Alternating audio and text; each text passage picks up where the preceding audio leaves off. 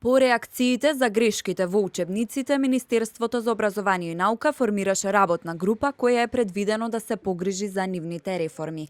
Последната грешка во учебникот по македонски јазик за пето оделение, во кој имаше несоодветна и дискриминирачка содржина, каде се раскажува за селанец кој се налутил на сопругата па ја кренал секирата да ја убие, но се сетил на советот да изброи до 15 пред да го направи тоа што го наумил, ги зовре социјалните мрежи и реакциите во јавноста.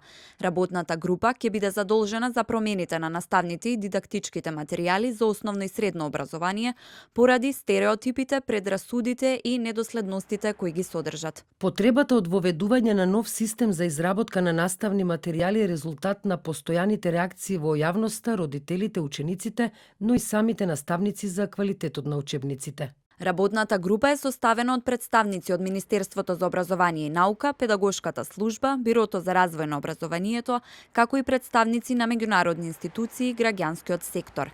Голем број на земји во светот класичната употреба на учебникот ја менуваат преку различни извори на информации и дигитални алатки.